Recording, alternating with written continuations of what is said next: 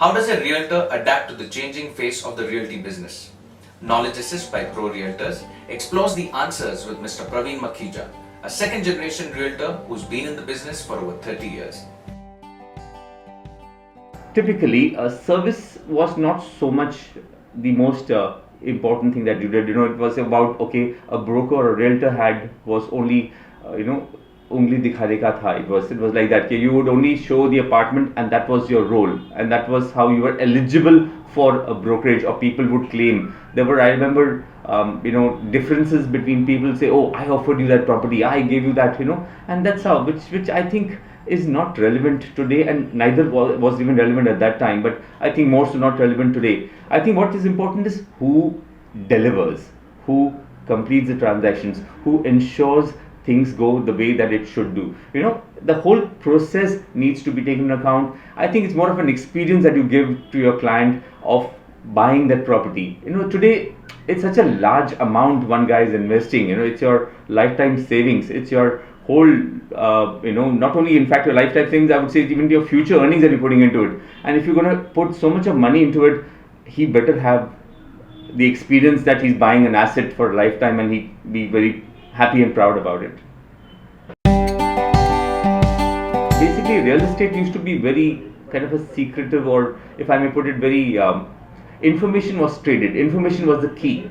Earlier, people would be very apprehensive to even give you details of the apartment they're going to show you. I would never that time remember. Most times I would not give the details to my client as to what I'm going to show. Today, in fact, I think I would be wasting my time if I'm not giving him the details. So today, in fact, we give him all the details, the floor, the apartment, which apartment, the details, how the apartment has, if possible, even in fact with photographs, so that it helps him and me. In fact, it saves time. It's not about the information; it's about the service which counts.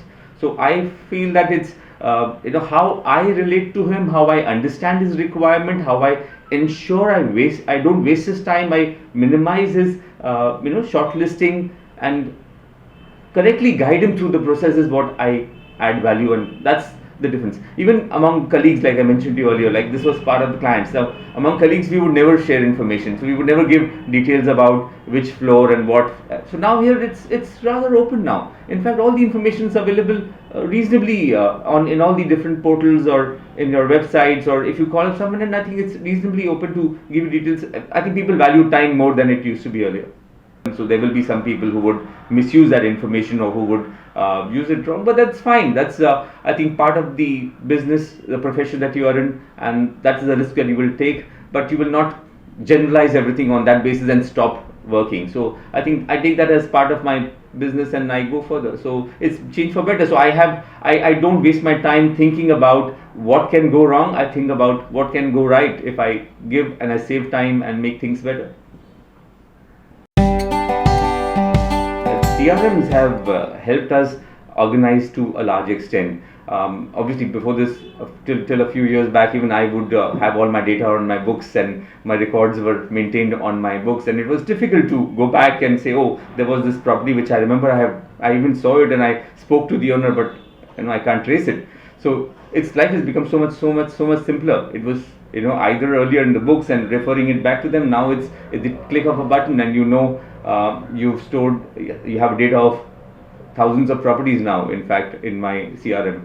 So it's so much more easier. Not only organizes you better, it helps you retrieve information. So now today I can even access to which client I have shown which property on which date, and what is more for him to be seen. So okay, if he has seen these properties, I can actually manage from at the comfort of my office or my residence, which client is being attended by which of my service executives, and who's showing them what property. We can even analyze to a large extent, as to what kind of further action needs to be taken. So sending mails, further correspondence, all that stuff has become so much more simpler. It's all at the click of a button. It takes a little bit of initiative initially, but once it's organized, it's so much more process driven, and it's so much more simpler. I truly believe each and every person who comes before interacting with the broker, he's already prepared. He's seen done his homework. He's seen a few kind of listings on the Magic Bricks and 99 Acres or one of these portals. He has a fair idea of what he is looking for or what is available, and he's much informed about what are the pricing and he's also very clear about what he's looking for. So that's another good aspect, that he's reasonably clear that he's looking at an apartment, his budget, his things are most of the clients are pretty clear in their ideas. So yes, they are very well informed thanks to the technology today. They are very aware of what is available, what are the prices, and what's good. Earlier it used to be more of business people who would have the money, who were the ones who were buying, who were the ones who were investing. Today, with a lot of these corporates coming in, and obviously a lot of opportunities, so it's more about professionals and people with the corporate profile who have the money and who are the ones who are in the market now today. So yes, and even catering to them has changed accordingly. So there's been a lot of difference in that perspective. How do you deal with them? Earlier, the people, even investors, it was more about speculative investment. You would buy today, you would want to sell it after 6 months, 1 year. Today, even the investments are more, I would give it the right term, asset creation. It's all about having the potential, in the sense, working with a large corporate, you are entitled to, you have a decent salary, you are entitled to a certain loan, you have certain amount of money which you can make a down payment, and then you're entitled to a loan and you build up asset over a period of yourself. That asset, you would either lease it out and set off the loan. So it's more of a asset creation which you want to do over a period of time, and not a speculative investment. You want to buy today, sell tomorrow. It still happens, but more the trend is more changed towards this side. So clients have changed, the expectations have changed, our working has changed towards them, our responses have changed. So the whole working has, I think it's been a different experience. What has not changed is, I would say, the human factor. With this kind of investment, your lifetime savings, earnings that you're putting in, it'll be very important for him to actually see the apartment, feel it, really feel good about it, enter the apartment, the vibrations that counts, and then be able to finalize. So in all probability, I said, although everything's going to change, technology is going to be a big answer, but the human touch, the way you're going to interact with the client, the relationship building is very important. Your role as a service provider, as someone who is helping him, is going to be very important.